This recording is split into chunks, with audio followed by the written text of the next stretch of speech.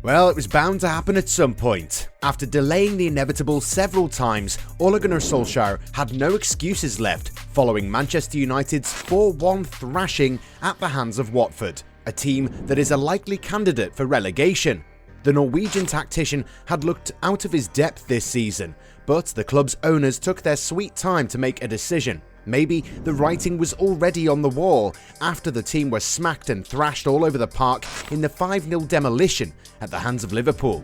We're going to discuss how his sacking came to be in great detail in just a bit, after we touch upon some other important discussions in today's video. Inter Milan have identified a striker who could be the perfect long-term replacement for Romelu Lukaku. Mario Balotelli seeks redemption and has another chance for it in Turkey. There was total chaos in the Ligue meeting between Lyon and Marseille, and Dimitri Payet once again got hit by a water bottle. Poor guy can't catch a break. Welcome to Goalside, people. If you liked the video, make sure to subscribe to our channel and make sure to turn on your notifications.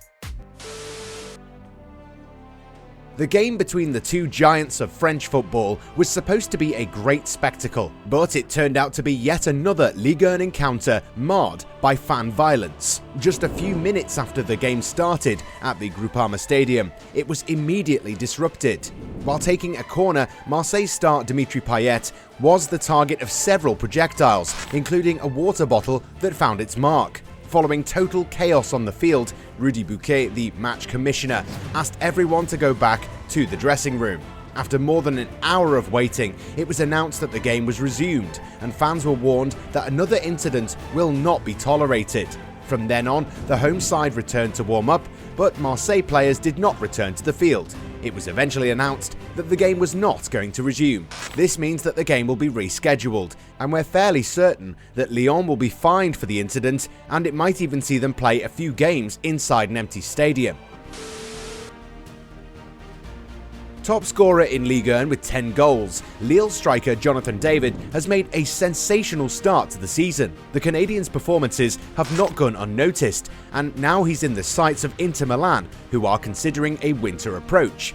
David scored 2 goals in the 2-2 draw against AS Monaco, and it's his ability to find the back of the net regularly that's allowed the Mastiffs to keep their head above water in what has been a very testing campaign for them so far. Stuck in 12th place in the league standings, David is a rare bright spot in an otherwise dismal campaign. The Northern club has scored 18 goals in the league in total, and David has scored 10 of those, so you can imagine how important the 21-year-old is for them.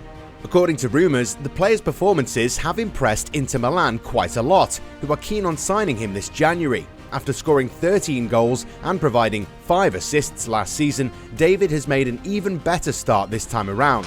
And in view of Lille's current financial situation, a move away from the club isn't out of the question.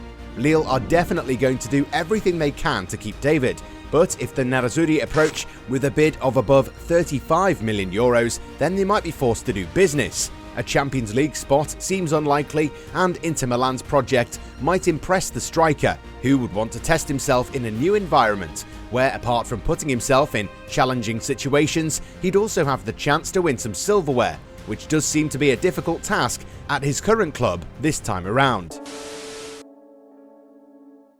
A decade or so ago, Roberto Mancini handed a young Mario Balotelli his debut for Inter Milan. The teenage striker had a dream debut, and before he'd turned 20, he'd already scored 17 goals in the Serie A. A move to Manchester City seemed justified, and Balotelli would score 8 goals in his first 11 games for the Citizens. At the height of his powers, in 2012, Balotelli became the hero of Italy after helping his country reach the final of the Euro 2012 following a brace against Germany. He didn't win the competition, but his performances were sensational. He had it all, and then something happened. The player would struggle to command a place in the starting 11 and went on loan to the likes of AC Milan before a move to Liverpool. Things didn't work out, and he went to France, where Nice and Marseille gave him a chance. Right now, Balotelli is expected to be at the peak of his career, and after unsuccessful stints at Brescia and Monza, he found a 3-year deal at the Turkish side Adana Demirspor. The enigmatic striker has made a great start with his new club, scoring 5 goals in 13 games. He's been responding to his critics through his performances, so maybe he has one last shot at redemption for Italy. The native of Parma has hopes of playing for the Azzurri one last time during Qatar 2022, and if he's able to continue performing the way he has been, Mancini might give him a call, thus making sure everything comes full circle. Alright, back to the main topic of today's video.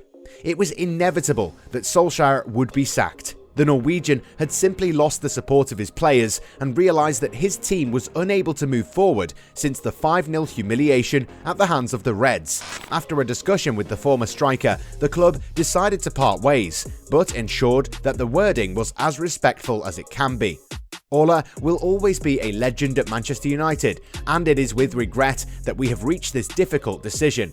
While the past few weeks have been disappointing, they should not obscure all the work he has done over the past 3 years to rebuild the foundations for long-term success. The above statement clearly shows that while there was no other option but to relieve the manager of his duties, the club genuinely wanted Ole to succeed. And in reality, Solskjaer had been backed far more than any other manager in the club's recent history had been. Jose Mourinho was particular about the sort of players he wanted, but the Portuguese was not fully backed. David Moyes was never backed in the transfer window and was sacked 8 months into his hiring. Louis van Gaal won the FA Cup and was then sacked. Solskjaer, on the other hand, enjoyed more confidence that definitely also had to do with his stature and achievements as a former player at the club. He came in when morale at the club was at an all-time low, and in terms of improving the team environment, he did a fantastic job. However, it started becoming clear that Ole was not evolving as a manager, and that his tactical shortcomings were slowly getting exposed every now and then. When we talk about any football club, we talk about a style of play. At Manchester United, under Ole Gunnar Solskjaer, there was no style of play, and you wouldn't know what to expect from the team. At the same time, players had also stopped performing at a particular level, and even then, the former manager persisted into giving them one chance after another. Take for instance Harry Maguire. The burly centre-back has been having stinkers for several weeks and was once again woeful in the 4-1 loss at Vicarage Road. He couldn't even finish the game, getting sent off for a stupid foul after a comical error. Maguire is the United captain, but when was the last time that he ever led from the front? Similarly, both Fred and Scott McTominay are limited players at best and offer virtually nothing going forward. Yes, they might make a few tackles here and there, but most of the time they're laborious in possession. No wonder Donny van der Beek has become disillusioned with life at Old Trafford. The Dutchman never gets a fair look in. And then you've got the inability to train Aaron Wan-Bissaka to play as an enterprising fullback. The former Crystal Palace man was defensively very solid last season, but this season he's been caught out. These days, he can be seen giving his opponent acres of space, and while going forward, you know that the tempo will slow down when he's got the ball. Then there was the Jadon Sancho conundrum.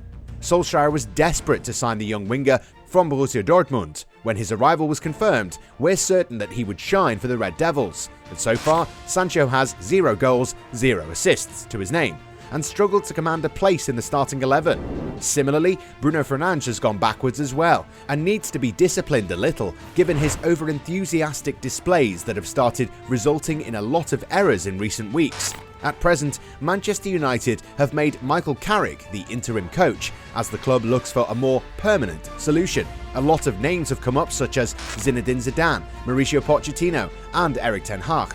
But it remains to be seen whether United will be able to land an elite manager this time around. They've been missing out on good managers for a while, but this time the club really needs to find a manager who comes with a coaching staff that knows what it's doing. For Solskjaer though, it's a sad reality of the game. The buck stops with the manager, even though he wasn't the only reason why the club has struggled this season. But the Norwegian should leave the club with his head held high, knowing that he's still managed to leave the club in a far better position than when he first arrived, following Mourinho's acrimonious departure.